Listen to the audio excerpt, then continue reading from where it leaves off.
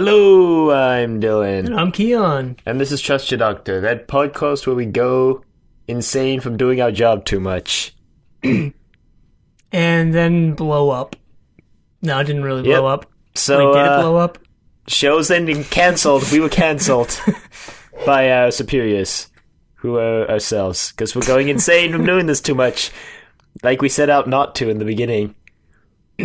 That was in our first intro, where we try not to go insane. And now it's happened. So we'll be ending this now. No. No, but actually we watched The Ice Warriors. And the computer went insane. Spoiler alert. Minor spoiler. But it was bound to happen anyway. So it starts off with some more people in some more control rooms doing some more stuff. Wow. Well, it does. True. They're wearing these weird outfits that they continue wearing. And I was just like, what? But yeah, so we see this control room, and there's just people controlling computers and stuff and things like that. And the TARDIS materializes on its side, which is a first. And there's this humorous scene with the Doctor, Jamie, and Victoria trying to climb out of it. Yep. And they do. With great trouble. And they don't put it back right side up, which confused me later. But anyway, they start looking around as they usually do, and they're in another snowy place. And Jamie's like, "Oh, dang it, we're in another cold area," because in the last serial he wanted not to be somewhere cold. Which I wanted to bring up. This is something I've been wanting to talk about for a while. Is that a lot of the times serials, like back-to-back serials, seem pretty disjointed. Like there's nothing connecting one serial to the next, which makes sense since each serial is its own individual story. But I like it a lot more when they have slight continuity things like what Jamie did here. I don't know, it just makes it feel more coherent. Yeah. It links the serials together. Yeah. Which is good. I don't know. I mean, At the end of this serial, I'm like, well, what are they going to do next? Considering you just... Yeah. Well, we'll get there. Yeah. I mean, I'm not asking for an overarching plot, but even though that would be cool, but... Well, you're getting on. I mean, eventually we'll be getting one, but these little linking things are pretty nice and stuff. So they start looking around, and this guy from the base is out examining this glacier because they're in imminent danger from... It's coming to destroy the base, and they're like, well, we're going to have to abandon it because they're about to like enter another ice age, apparently. And this archaeological dig finds this dude just frozen in the ice, and like, this is chill. We're going to take it back to base. I get it. This is chill. Pun not intended. But yeah, so they bring the block of ice back, but there's an avalanche on the way back, so one of the guys dies. And rest in peace, Davis. Davison, Davis, I don't know. Anyway. Number 298 on the death count. Yeah, 8. Looks like a 6. Anyway, there's these other two guys watching the avalanche, and they look pretty sketch. And they turn out to be pretty sketch, but yeah. So they bring... Store and Penley. Yeah. So Arden, the guy who excavated or just found the guy frozen in the block of ice, returns back to the base, and... The Doctor, Jamie, and Victoria have made it to the base first, and they're sneaking around. And then, because there's an evacuation, preparations for an evacuation in progress, they get these pins that say scavenger on them. They're like, what? But, they convince Clint, the leader who walks with a cane, that the Doctor can help them with the ionizer to stop the Ice Age by doing logic test, which was just, how are you going to save the world, Doctor? And he pauses. So So the doctor gets to work on the ionizer. And meanwhile, Jamie and Victoria are somewhere else, and they see the ice frozen guy. I don't want to say ice. Well, I didn't want to say Ice Warrior because we didn't know who he was yet. But then again, that's not even that's part what of they called him in guess. the first episode. That's what Clint called him. He's like, "Hey, it's an Ice Warrior, eh, Arden? Wink, wink." Oh, I don't even remember that because I specifically remember thinking, "Oh, they didn't use the title of this serial in the serial," but I guess they did. But yeah, they're defrosting this guy, and they fully defrost him, and he starts to move, and he basically kidnaps Victoria. And Jamie freaks out, and he runs to the doctor and Clint and some other people. He's like, "They kidnapped Victoria!" And everyone seems to brush him off. And I know I've been saying that Jamie's been getting a little bit more whiny, I think. But in this case, I think he was actually right. Like, he was the only one making a big deal about the fact that Victoria had just been kidnapped. Well, none of them believed that the Ice Warrior was alive because just prior to that, the doctor had come running in like, "There's electrical connections on the back of that Ice Warrior. It's pretty sketchy. You're gonna wake him up." And they're like, "No, it'll be fine." And then Jamie comes running in. "It's kidnapped Victoria." And they're like, "Nah, it'll be fine." I like how they don't learn their lesson throughout this entire serial because their potential downfall at every turn is based on them doing nothing when they should be doing something. Hey, the doctor was doing all the work in this serial. And Clint was just like, meh, gotta wait. Which is why I say that Clint never learned his lesson. Yeah, he didn't. Even after like 3 monologues from Penley, or whatever his name was. Anyway, that's the end of episode 1. And episode 2 starts with the Ice Warrior and Victoria back at the frozen spaceship because he's an alien from Mars. Plot twist. It's true. They're aliens from Mars. I found it kind of humorous that they're just from Mars. Because, like, so far in this show, we've had aliens from, like, these weird, strange planets, and this guy's just like, "I'm from Mars." Mars. And, I guess now would be a good time to talk about their costumes. I kind of didn't like their costumes because I could barely tell what they were.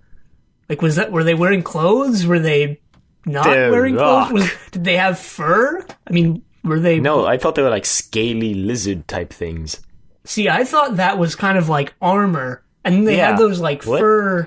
No. They had that fur sticking out of their neck and their shoulder pads. Okay, maybe I know what it is because they come back in the reboot and it's way easier to tell what they are in color and man, HD. They come back. They weren't that great One of them villains. comes back. They find one like frozen in the Arctic. They're stuck on a submarine. There's always one surviving after they massacre these alien races. Oh, anyway. I don't remember what happens in the episode, but I'm pretty sure they kill him. Anyway, they... No, they don't. Wow, I just remember the ending of that episode was really lame. Anyway, they have they look like they're wearing helmets, and they have these weird mouthpiece things. The mouths didn't match with the voice. Yeah, that's why I thought that they weren't actual mouths. They weren't, right? They weren't like actual human mouths. They were part of the costume. Yeah. Which makes sense. And they had this strange way of talking that reminded me of the Great Intelligence from the last It was also serial. really annoying to listen to in episode 5, 6, 4, 3, 2, and 1. Well, not 1. Because he didn't talk in 1. That's true. But yeah, it was actually really annoying. Because they had a sort of Darth Vader-esque breathing where their breath makes sound. But it was way more annoying because the sound that they made was... It was just like, stop. The computer was more annoying because I could not actually tell what the computer was saying. Yeah, At least I could understand what the Ice Warriors were saying. That's true. And then there was that later scene where the computer has kind of a long speech and it was like really important, and after the speech, everyone was like, "Oh my god, we need to do something," but I didn't understand what the computer said at all, so I was just like, what's happening? Yeah. But anyway, where were we? They captured Victoria, and so the doctor, Clint consults the computer about sending out a rescue party. Right? And yeah, okay, yeah. And the computer's just like, The well, only person who can be spared is Arden. The guy So- who brought the Ice Warriors back. and Jamie's still freaking out, so he decides to go with him. Good plan, Jamie. And meanwhile, the Ice Warriors are Victoria's trying to explain to the Ice Warriors that the humans can help them because all they want to do is either get their spaceship working and leave, or their backup plan, if they can't do that, is to conquer the Earth. So Victoria... Good backup plan. I guess, if there weren't like 5 of them. So Victoria obviously doesn't want the second one to happen. So she says that the humans can help them get their spaceship working. And Varga is just like, nope, I don't believe you. So that happens. And Arden and Jamie decide to go Yep. find And what's going on. they show up outside the door and they just shoot him without asking Yep. questions. They're like, nope. And so Jamie shoot dies, and So does Arden. so we'll do a Jamie retrospective at the end. And Yep. then, so episode 3 begins, and Storr and Penley show up, and Jamie's not dead. So we won't do a Jamie retrospective. You scratch that. But Arden is. Yeah, convenient that Jamie happens to be a main character and Arden isn't. This episode was the biggest offender of the, we're gonna kill everyone except the main character. Because the Ice Warriors shoot everybody on sight except Victoria. They And could then have taken them all hostage, but no. And then there was that thing that happened with the cave-in, and Turok Yeah. dies and Victoria doesn't. Anyway, so Jamie gets taken back to Penley and Storr's hideout thing, and it turns out, this was explained earlier, that Penley used to work at the base, but he hates how Clent and everyone else just listens to the computer and doesn't make their own decision, so he decided to just become a scavenger hermit living in the mountains. He just noped out of there. Yep. So he's living with this other guy named Storr, who's pretty sketch.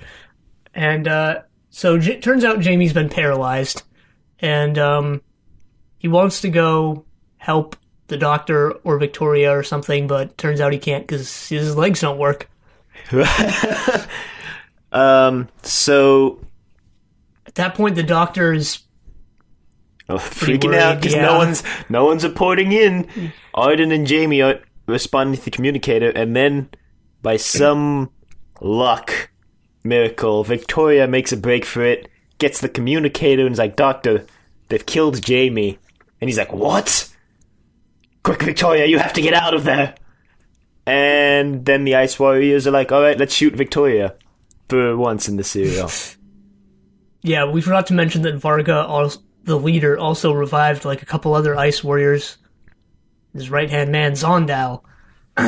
But yeah, Victoria manages to escape into the caverns, and this Ice Warrior named Turok starts chasing her. And Like the video game. Turok. that's what that was. While I was watching this, I was thinking, Turok sounds really familiar. Now I remember. But anyway, the whole chase scene ends with Turok dying and Victoria not dying because there's a cave-in, Yeah. but she does get trapped by some ice. She goes, "Help, help." And the doctor then decides to go investigate because he thinks Jamie's dead. But it turns out he's not, obviously, Yeah, and he's not even there. The doctor runs into Storr, who takes the doctor to the cavern. Well, he takes them to Jamie, doesn't he? Yeah, the cavern where Jamie is. Oh, that cavern. Yeah, lots of caverns.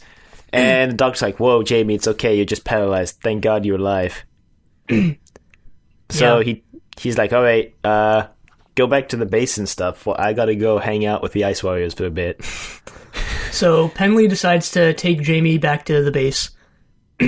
And meanwhile, Storr has gone to the base himself because he finds out the Ice Warriors are against the scientists, and he is too. And he frees Victoria. Because he hears Victoria and he frees her. Yeah. And then he confronts the Ice Warriors about working alongside with them to destroy the scientists. And gets shot. Yep. Like I said, they shoot everyone except Victoria. Well, 'cause And the doctor. well, they do need her for a bargaining pin. And then later they decide that they don't need her anymore and they don't shoot her. But anyway. But they shot Storr when Victoria had escaped. Wouldn't they have taken Storr as hostage then, now that Victoria has escaped? I think their real reasoning was that he was just a scavenger, didn't work at the base, and that no one cared about him. It's probably true. Sad as it is. They recapture Victoria and the Doctor now. Well, no, episode 4 ends with the Doctor in the airlock. I'm like, if you don't tell us who we are, we're going to drain all the air out of the airlock and kill you. And he's like, what? No, my body will explode. And that's where that ends. And episode 5, how does he get out of it? I don't even remember. He just says, I'm the Doctor, and I'm here from the scientists, and I want to talk. And they're like, oh, okay. Oh, yeah, and then they open the door to the airlock, and it turns out that Varga was standing right at the door, which it wasn't never mentioned that he wasn't, but I just thought he wasn't right there for some reason. I mean, I assumed he was somewhere else in the base, not right behind the airlock door. But anyway, yeah, the Doctor has before this, we forgot to mention that the Doctor procured some chemical that's poisonous to the Martians. Oh yeah, there was that humorous scene with the chemical dispenser. It was like, oh, good, I need some of this. And Clint's like, what is it? He's like, oh, water. Yeah, because you punch in what chemical you need and it gives it to you. Then he got some ammonium sulfide. That's what they're going to use to kill the Ice Warriors if things don't work out. Which confused me, because they were like, yeah, Mars's atmosphere is mostly nitrogen. He's like, oh, ammonium sulfide will kill the Ice Warriors then. But it's like, you're neglecting to point out the fact that Earth's atmosphere is also 70% nitrogen. Well, yeah, there really is no explanation for this. Whatever. I was going to try and think of some sort of comeback or saving grace to how they leave their ship, but nope. Whatever.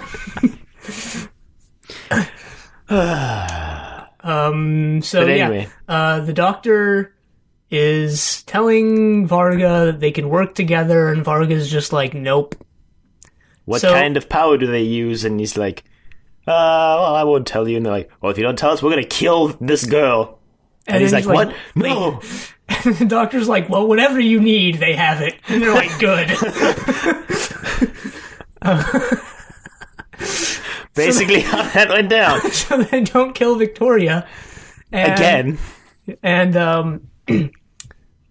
then they're about to... So they all leave.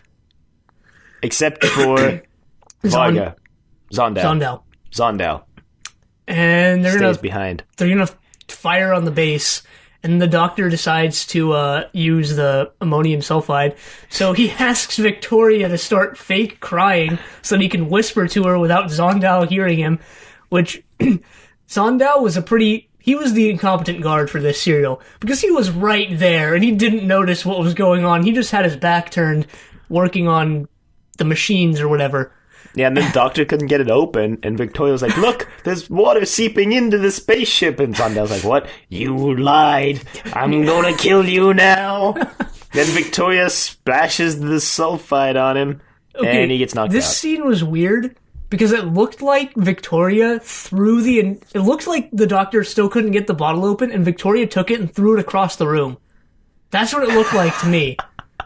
And I was confused as to why Zondal was dying, because it didn't look like he was... I thought Zondal came back to the control to activate the gun, and then Victoria opened it and poured it on his shoulder.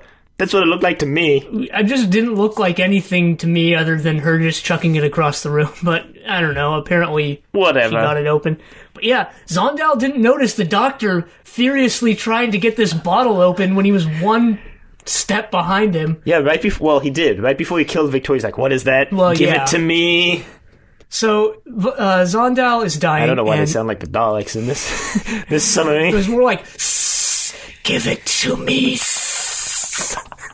Pretty much.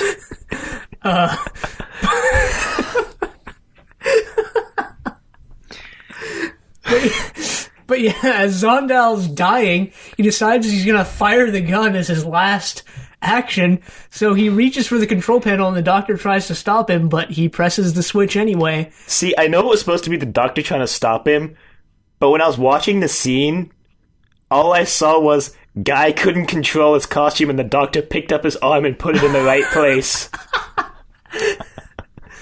Well, now that you mention it, maybe I should go back and rewatch this with that in mind. Oh yeah, we forgot to mention their hands were like claws. Not claws. Lego minifigure hands. Yeah, exactly. They don't have opposable thumbs. I wonder how they created their entire spaceship. But anyway, back at the base. The gun has been fired and a bunch of stuff falls. And Penley and Jamie show up. And Clint's like, wow, Penley, coming back. And Penley's like, well, I only came back because you seemed incapable of making a decision without consulting the computer, because the computer has told them to just do nothing and wait, because no matter what they do, they're going to die. Yeah, and even Clint points this out, like, the computer can't make a decision because no matter what it does, it's committing suicide, and it can't do that. And then they just decide to follow it anyway and just wait. Yeah, because if they use the ionizer, then it could blow up it could cause an explosion when it hits the spaceship and kill everyone. If they don't use it, they're going to get crushed by the glacier. So the computer's just like, do nothing. And... well, in that weird voice that no one can understand. Yeah. So... They get Jamie some medical attention, at least. Yeah. Then he can walk again. So, That's the end of episode 5. Is it? Episode 5 ended before the Doctor escaped, yeah. Okay. Because in episode 6, they fire the gun on all the Ice Warriors inside. So they have to have been in the spaceship for that. Okay. So, Episode 6. The Ice Warriors have shown up at the base because they told Clint before they wanted the stuff, and Clint's like, we don't know what you want, but we can talk. And the Ice Warriors show tricks, up. Okay. And Clint's no tricks, please. And then Clint's like, yeah, sure, no tricks. But before that, this guy named Walters, who was against waiting, as the computer said, decided to destroy the computer, and then he was paralyzed by what's her name? The first in command, who was important for the whole serial, but only ever did anything important right now. Which is why we didn't mention her at all. Whatever her name was. Yeah, she paralyzes Walters, and he's passed out on the floor. She doesn't paralyze him, but she knocks him out with the paralyzer gun thing. So as soon as Varga steps into the base, Walters wakes up and tries to kill him. And they're like, no tricks. And Clint's like, whoa, I didn't know that was going to happen. They're like, sure, man. Sure, we believe you. We need the mercury ions. And he's like, this base doesn't run on mercury. And they're like, we don't believe you. Thanks, Doctor. So Clint's like, okay, what was your bargaining token anyway? Because we said we were going to have a fair discussion. And Varga's like, yeah, we didn't have any. We lied when we said we were going to have a fair discussion. You're just going to give us what we want, and we're going to give you nothing. Pretty much. Yeah. And so they make the lady start powering down the ionizer, because if they use the ionizer, they're going to blow up the ship, and the Ice Warriors are not down for that. And then Penley, genius plan, turns up the heat. It's like, well, if they're at home on Mars, let's turn up the heat. And then everyone starts to die. Sort of. And then at that moment, right before Varga? Whatever his name was. Yeah, the leader was Varga. Well, it's going to shoot Clint. The Doctor activates his sonic weapon, which he said there was a very small chance it could kill everyone inside the base, instead of just knocking out the Ice Warriors like we mean it to. Right, he was messing with their circuitry. Basically, to summarize episode 6, this is a risk we have to take. That line was actually said 3 times in this episode.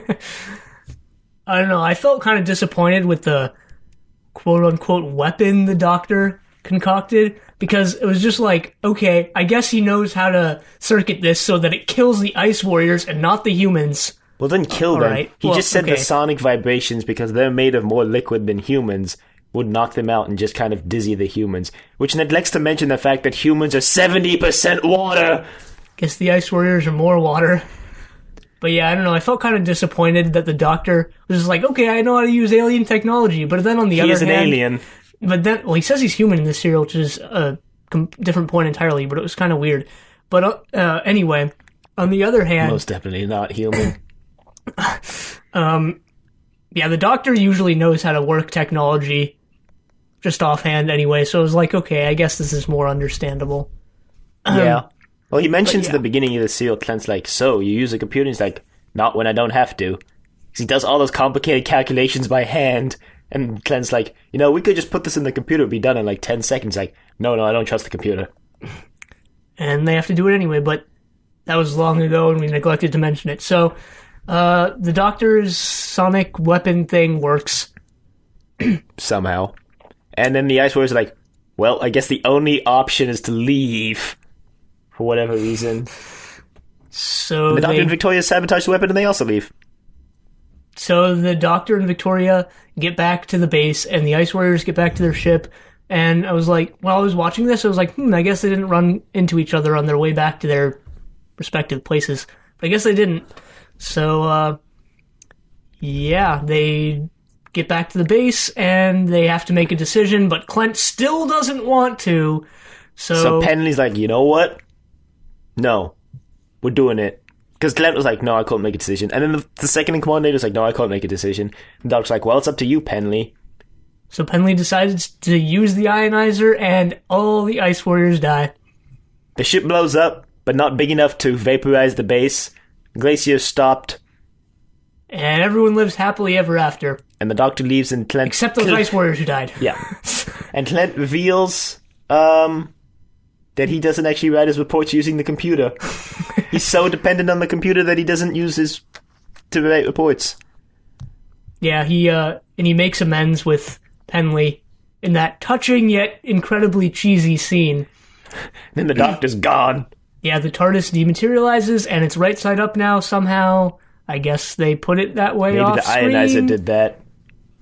Why would it have? Ions. Oh, that makes sense. I'm just trying to explain it, man. Or maybe they put it right side up off screen right before dematerializing because they didn't want to get in the TARDIS and fall 5,000 feet. Maybe the writers just forgot that it was not right side up. It's also a possibility. But yeah, you'd think they'd film the materialization and the dematerialization at the same time if it happens at the same place, just so they wouldn't have to come back and film it later. Yeah, that's true. I remember, I think this was in season 4 or like the end of 3. We read that like one of those serials was the first time that they hadn't filmed 3, I think. The entire thing in order, which was kind of weird. But anyway, the TARDIS, as we said, dematerializes, and they don't have dialogue at the end, so I assume they're not going to lead into the next serial with something to do with this serial. So they can cram in lots of extended universe stories between this one and the next. But yeah, that's where this ends. Yeah. So how did you like this serial anyway? I'm kind of mixed on this, to be honest. Because on the one hand, it wasn't a bad serial. It wasn't bad, but it made it... And I thought it was good, except that it made that really weird anti-technology point. That it... Like...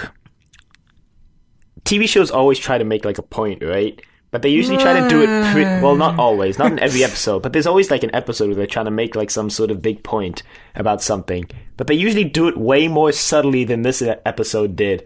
Because this episode basically came out and was like... You know what's bad? Computers. You shouldn't be dependent on computers. Which is true. You shouldn't. But we didn't need 3 monologues and a character who was basically addicted to using the computer.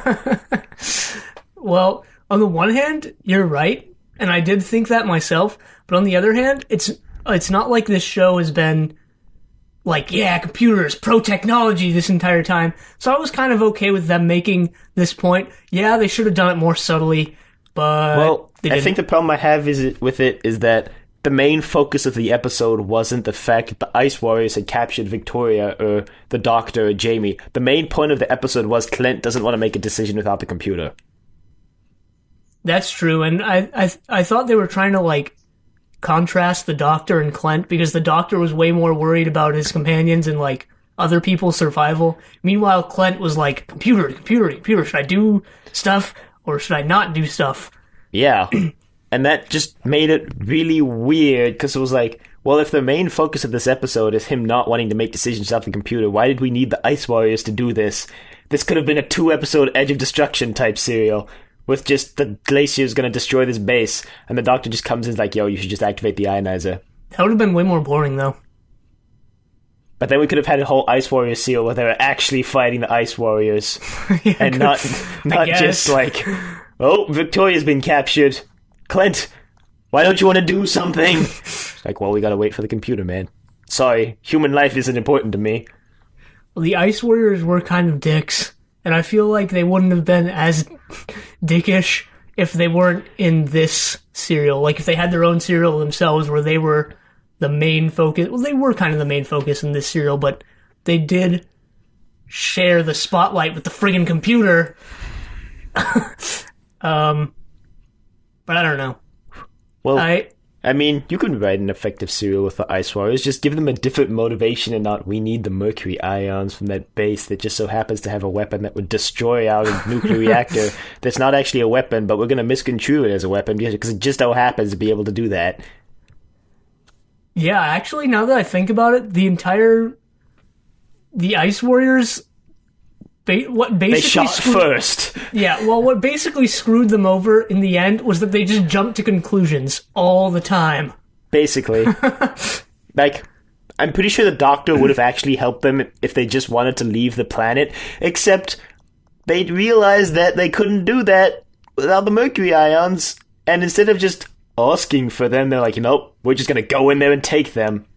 And the fact that their plan B was take over the Earth... Hey, totally, at least they had a plan B. Well, the Doctor seems fine without even a plan A most of the time, so... And that seems to work for him. He's only one guy. The Ice Warriors were like... I don't an even know. Unspecified amount, but I only assumed there were a few of them. I didn't think there were a bunch. Their entire race came to Earth on this one spaceship. No. Yeah. Oh, what I've been wanting to mention for a while, and I haven't... But you just remembered? Yeah. I've been wanting to mention this for a few weeks, actually, is that they seem really intent in every serial on doubling the death count in the last episode. Except now. They didn't this... Okay, they didn't now. They did we are going to have a letter for the Ice Warriors, but, like, in the past couple of serials, and, like, several times before that, in Season 4 especially, but probably also other times in Season 3, they've been doubling the death count. Like, it's only been a few deaths per serial, and then in the last episode, they just flat out double it, or get close. Like, they did that in Tomb of the Cybermen, the Abominable Snowmen, kind of. There weren't that many deaths in that one to begin with. It's actually been going down, the amount of deaths per serial. Yeah, since Evil of the Daleks was massive. The Tomb of the Cybermen was smaller, and then Abominable Snowman was smaller, and then now this has only got 4 or 5 deaths. Plus a letter. That's true. But Evil of the Daleks had a letter too, and it was 21 deaths. So. Yeah, whenever the Daleks show up, you know there's going to be a lot of deaths. Whenever the Daleks show up, may as well just throw the death count out the window. 302 deaths so far. Yeah, that's a lot. It is. We've seen more deaths on this show than probably most people will see in their lifetime. Yeah, hopefully. I think if you witness 302 deaths, you're probably going to be a pretty messed up person. Unless you're Hitler. I guess. Okay. But... Yeah. That's all I wanted to say about this serial. This is probably the least enjoyable serial of Season 3 so far. Mainly because I felt like it had a lot of... Season 5, man. Season 5. I don't know why I said 3. But I felt like it had a lot of filler content. Like, the scene with Victoria in the cave... The multitude of scenes where Clint couldn't make a decision, that didn't need to be that expanded upon. Well, like I said, this serial was the biggest offender of the, we're going to kill everyone except the main characters. like, out of any serial we've watched so far, this one happens to be the most convenient if you're Victoria, Jamie, or the Doctor. Because Jamie and Arden get hit from the same gun, but Jamie doesn't die and Arden does. Yeah, but I mean, like, I don't know, I felt like it could have been condensed a lot. Episode 1 could have been condensed, probably. Because, like, not much happens in episode 1. Of course, it was the setup episode, as episode 1 always is. But they should just start in the middle of a story. Just episode 1 should just be the Doctor frantically running around the blowing up space station, going, "What's going on? What's going on?" They should. They actually should do that. Be pretty good. Be way more exciting, and would hook me into the serial a lot quicker than having to sit through a setup episode first. As long as, if they do that, as long as you understand what's going on later, then yeah, that actually is better. But not for every serial. They shouldn't do every serial like that, because then it just gets boring and overused. Should have more comedy serials like The Romans. Oh no. Maybe not exactly like The Romans, because that one was just weird, but... Remake The Romans with the second Doctor, Jamie and Victoria. Be funny. To Jamie in Rome. Yeah. That's all, folks. Okay.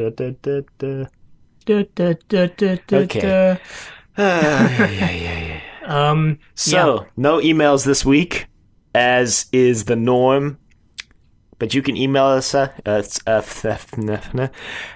doctor at decadentvegetable.com. Questions, comments, concern, fan art.